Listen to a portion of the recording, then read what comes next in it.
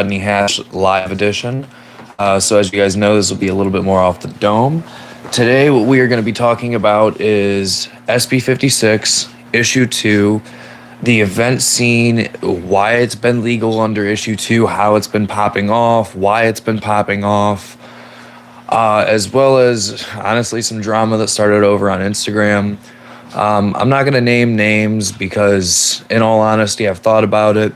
And if I name who they are, it just builds their clout. I don't want to do that.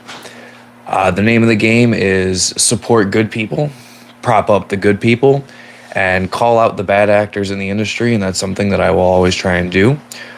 Before we get too much into this episode, there is one thing that I do want to make, and that is a promise to you guys.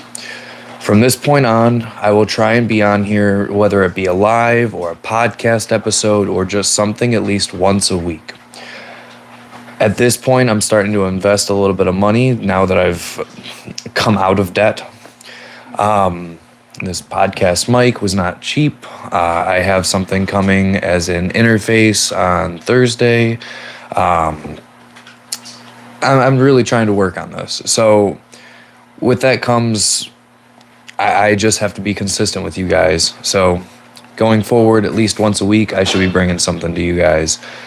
Today, the first big news with SB56 is the voter referendum. A lot of people have seen a whole lot of conflicting things about it. People don't really know where it stands. People want to get signatures, they want to sign, but they don't know where to sign, so it kind of doesn't feel real yet. So the reason that you haven't seen a mass abundance of people out collecting signatures, and we are looking for volunteers too, is we haven't gotten the approval from the state AG to be able to do this. This is why I highly encourage everyone to call and check with them tomorrow around 4 o'clock. We need to make sure that they are going to approve this voter referendum. How the process works is you have to collect the first 1,000 or so signatures. They then get the language that you have, and the referendum itself with the signatures then gets submitted to the state attorney general, Dave Youst. From that point, which is where we're sitting right now, as you have a 10-day business day window, meaning it's really 14 days for them to approve or deny. And when they deny, they have to give you a reason why. They gave us a reason why. We immediately collected the next 1,000 signatures. I think we collected like 2,500 or so, just to make sure that everything did get cleared through. They changed up the language. They've resubmitted it. So as of tomorrow, which is February 3rd on a Tuesday, we will have the answer by 4 or 5 o'clock to know, hey, is this approved? Is it denied? If it is denied, why specifically is it denied? For some reason, there's something going on with the state AG's website where it doesn't even show the due date, but it is tomorrow. So the question becomes, what's going on with the event scene? Why are the events, they seem to be popping off. There's more of them coming up. I want to be part of them. As you can see, I'm actually wearing a Hash Games Judge t-shirt that they gave me for judging a event. They're illegal under Issue 2, and that's why they're starting to pop off. And they're illegal for two reasons.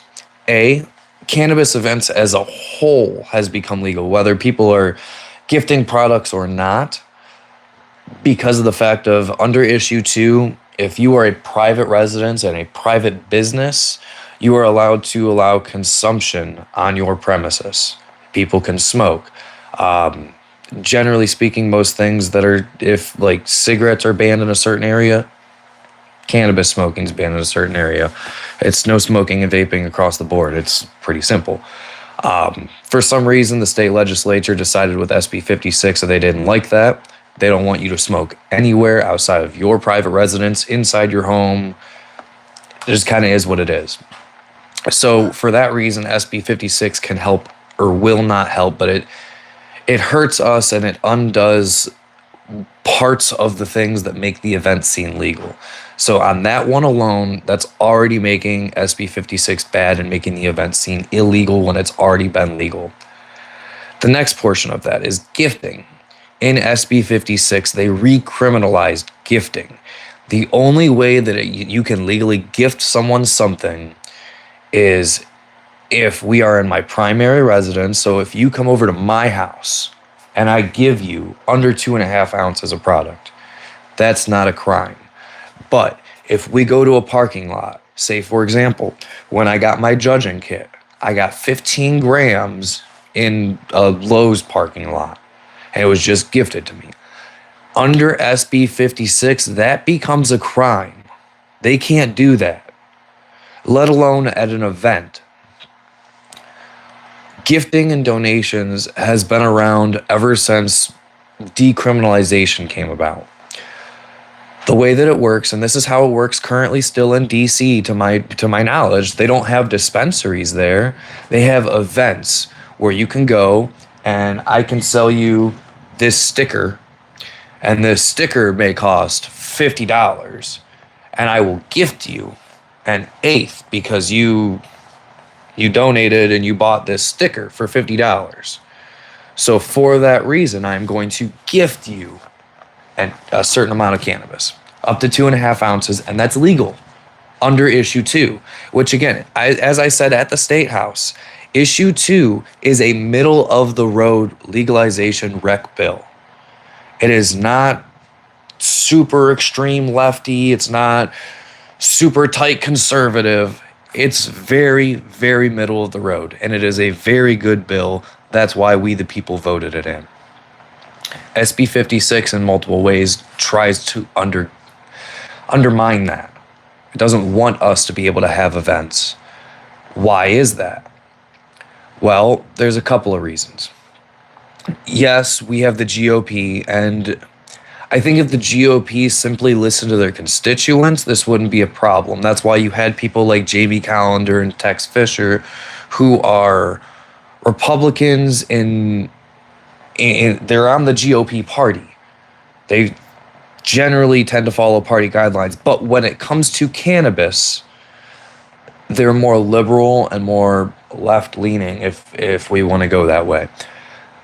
So my point is it's not about left and right. Most people, as far as the constituents here in the state of Ohio, agree with cannabis. That's why we voted 57% on a very large scale of voters. Like, the turnout for that election, not being a federal election, that was some pretty crazy numbers. So with that being said, what's going on?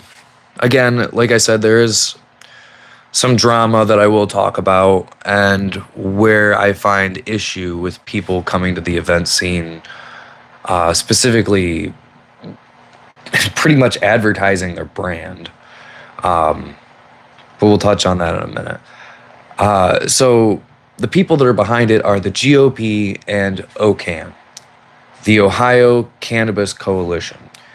OCAN is a group of very large operators. It's not all of the operators in the state, but it is a very large majority of them, especially the level ones and a lot of the tier 2s that have kind of been coerced into joining, because if not, then they get ousted and then they can't. Business is not easy. Business is not straightforward. People are not ethical. People are not moral. And one of the ways that they will do that and be immoral and unethical is by paying off politicians. I'm sure DeWine probably had a portion to do with it on top of it. DeWine does not like cannabis. DeWine had specifically told people that he said it on camera that he felt like legalizing cannabis for medical use or adult use is not a good idea. Nice. The cat's bumping the camera. Hopefully that didn't mess it up too much. But yeah. So DeWine probably was part of it, but in large part it was the GOP. And the reason the GOP did it is because they were funded by OCAN. So, for example, Matt Huffman, if you look at a lot of the OCAN pictures of all their meetings and stuff like that, where they have dinners for politicians, who's there? Matt Huffman. Who sponsored these bills?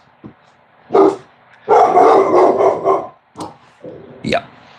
Another thing that I'm going to be doing in the future is I will actually be moving the podcast into a separate room, so I'm not doing it here in the living room, and I can get away from these dogs. So I apologize if you guys hear that in the background. So GOP, OCAN. Now, who's the people who operate OCAN? Yeah, it's Adrian Robbins and a whole bunch of these other people. It's Standard Wellness. It's Rivera Creek. It's especially Buckeye Relief. And trust me when I tell you, in my opinion, the biggest goon behind all of this is Andy Rayburn from Buckeye Relief. I have personally had people who's been in OCAN meetings tell me they have heard him say that he wants to not only prosecute hemp shops, but he wants to help fund the prosecution of hemp shops. I have a friend that operates a store. They're not a hemp store. I'll be real, it's Vapor House. It's Vapor House in Eastlake. Amplify opened up within a couple of weeks. They got a knock on the door from the sheriff saying, hey, like, you guys got to get rid of your THCA flower. We're going to start coming after you. Even though it's legal federally and state, until SB56 goes into order, it is still technically legal, but they did get a warning from the police, so they just got rid of all their stock. Why? They're right up the street from their competition. What I'm noticing is OCAN is, instead of focusing on their grow and spending mad millions on fixing their grow and paying employees well, instead they're spending that money on politicians. So they're trying to shut down the event scene. They're trying to stop you from coming across state lines with cannabis that's not their own. They're trying to stop you from trading with your friend's home grow. It's not okay. That's why this voter referendum is so important. So now, to touch on the drama of what I was talking about earlier with the Facebook thing. Again, I'm not going to say the person's name. And I'll be honest, I don't think the person is entirely ill-intentioned. I just think they're very ill-informed on the subject. They were blowing up my DMs all day yesterday. I'll be real, the brand itself is a partnership of two people plus one of the major OCAN members, one of which throws an event scene and doesn't smoke. They told me that they don't want to touch the voter referendum at all. They want to stay in the middle. They don't want any part of it. Now, at the same time, the reason they said that is because I asked if we could collect signatures at their events. I thought the one person had more events than what I knew about, or than what I thought. There was a specific sect of events that he does help with, but he is not in charge of. I was making sure that just for legal purposes, that these signatures that we do try and collect, that none of them can get thrown out. Because the state will try and throw as many of them out as they can.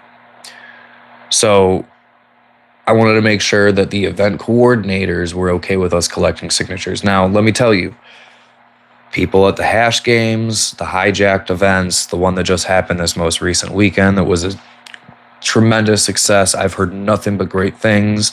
I couldn't go to it because I was busy, but I heard it went really, really well. And we would have been there collecting signatures, but of course the state AG prevented us because we can't collect them until we get the approval for the next 255,000 that we have to collect in, like 30 days or so. Great. So then you see people that are showing up to these events. They're wearing their branded gear. The one person told me that they don't want to they don't want to allow collecting signatures at their event. They're kind of choosing a side on this.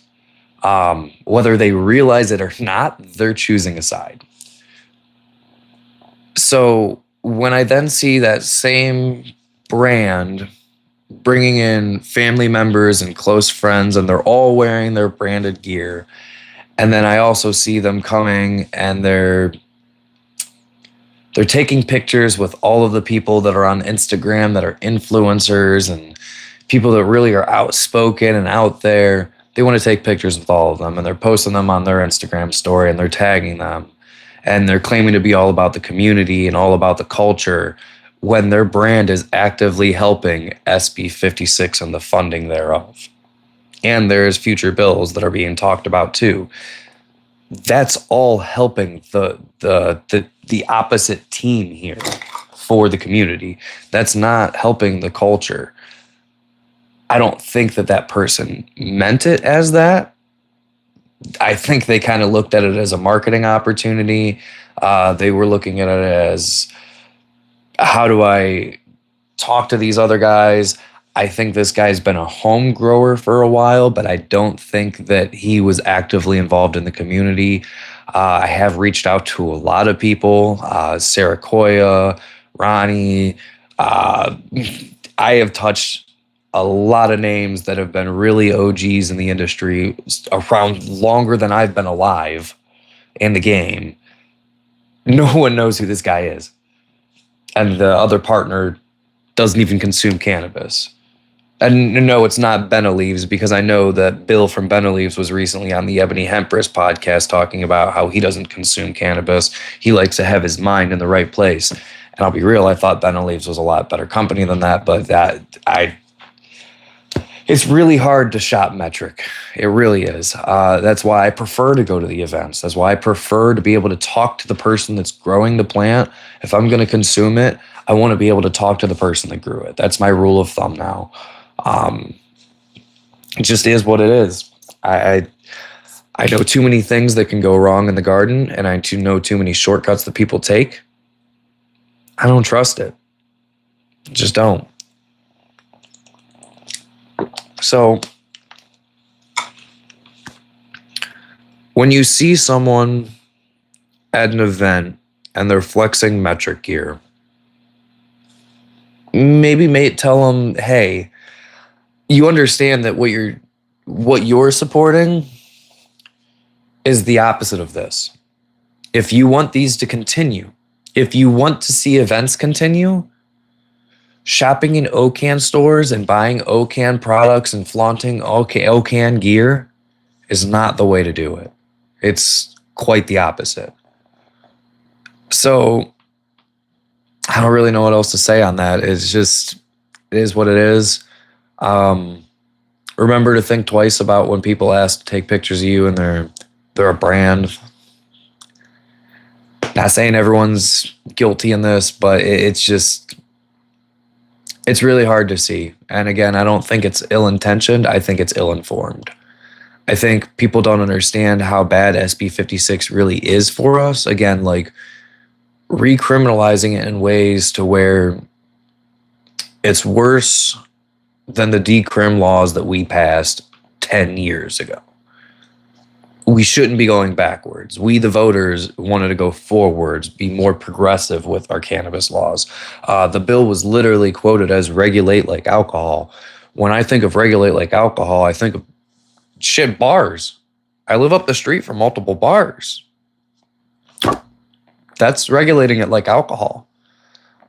There's small craft breweries here in Cleveland. That's regulating it like alcohol. Making it to where there's no tier 3s, taking away the social equity program, getting rid of the way that the taxpayers wanted this funding to go, thinking that we didn't pay attention to where the allocation is. No. We don't want the money to go to the general revenue fund, to go to Governor DeWine's pockets, and to go to billionaires' tax cuts, and to go to the Brook Park Browns stadium. Like, that's not what we wanted. It's not what we voted for. We want this money to go to rehab facilities, to go to true social equity programs like, I don't know, I just donated money today to the American Heart Association, who's going to schools and teaching kids to learn the signs of a stroke, how to do CPR, and all of this stuff for free. That's social equity. That's like bringing these things to the areas of Ohio that can't afford it. That's social equity. But instead it's going to billionaires. That's not what we wanted. They're closing out hemp stores. 6,000 businesses at a minimum will be closed if this voter referendum doesn't pass. 6,000 businesses. Now think about that. That's not one or two employees per business. That's all right. I've got my one or two employees, I've got a manager, and I've got the owner. That's 3 or 4 people right there out of a job. Is it about the kids? Really, because the Sunny D packaging and the Welch's grape juice and all the other alcohol brands that are out there, those are totally okay. But Jamie Callender, and when we were sitting there giving testimony, talking about how we need to go forwards, not backwards, pulled out a Hawaiian punch looking guy and was like, oh yeah, we need to get rid of this. Yeah, well, then we need to get rid of the alcohol that's on the shelves for within kids' reach of Sunny D and Welch's grape juice. And on top of that, again, I don't know if you guys follow the Rooster, but he just pointed out that Matt Huffman had got on record said that he hates kids. The guy who's saying that it's all about the kids hates kids. I can't make the shit up, dude. Go look at the Rooster's post. And on top of that, he's got a subreddit where he goes into depth on it. And dude, like, we got to get these guys out of office. Mike Smith just started running for, I think, the 5th district. I highly encourage you guys to go check him out. He also spoke on, I think he was at both times that we testified. He's been around. He's not a partisan guy. If I was in his district, I would definitely be voting for him. I'm sure if you reached out to him about any policy, if he doesn't know what his policy stance is, he would think about it. He'd get back to you and let you know. He's real people like you and me. If you're watching this, by the way, please like, subscribe, follow, click the hype button if you're on mobile. All these things help the algorithm. Being in a cannabis channel, they don't promote my stuff. The only way I get through it is word of mouth. And again, I really think this voter referendum stuff is extremely important. Beyond just cannabis, I think this is how we start to take the power back from the rich and powerful. We need to teach them that it's not all about money. You can have all the millions and billions of the world, but the thing that's supposed to rule these politicians is the people. It's the numbers. Sure, an ant doesn't seem that powerful, but tons of ants, millions of ants, they can take some stuff down. And that's why I hope together that we can all do this. At this point, I'm going to go ahead and look at the comments. Has there been any comment? You know how to get to the comments here. Live chat, all messages. All right, so Red Dragon Cell, can't wait to see the live, brother. Education is important these days. Appreciate you, my good sir. On the gifting, if I drive to my son's or my, oh, hold on. Chat's great.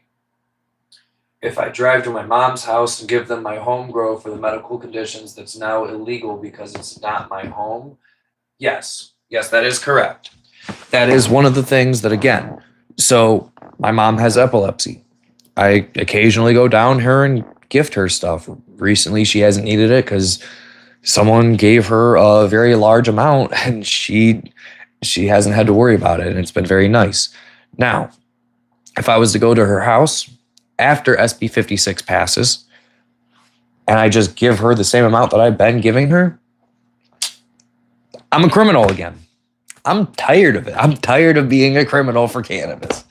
Like, sure, people can say, oh, well, I want to go, at this point, I'd rather go back to the illegal days. And I get it. But that's not the solution. Like, oh, it's extremely irritating.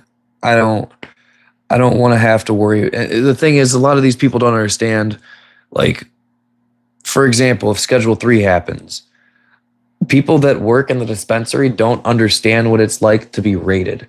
People that operated in 2005 and 2006 and such, back in California days and Colorado days, they'll tell you, you used to have money in a bank, in like a safe deposit box in the back. And you had to have a lawyer on call, because if something was to happen and you get raided, you got to call that lawyer right now and be like, yo, what do I do? I've got all this cash. I'm ready to go to court. What do we do? And then you get arrested and you go to prison for a while. You'll sit in jail for a bit, but they'll probably convict you because it's federal crimes. And again, once Schedule 3 happens, they're going to have to do that, because if not, the state can be sued by all the other Schedule 3 operators. I think we're not talking about that right now. We're talking about the voter referendum, because again, this is the start. This is where we start.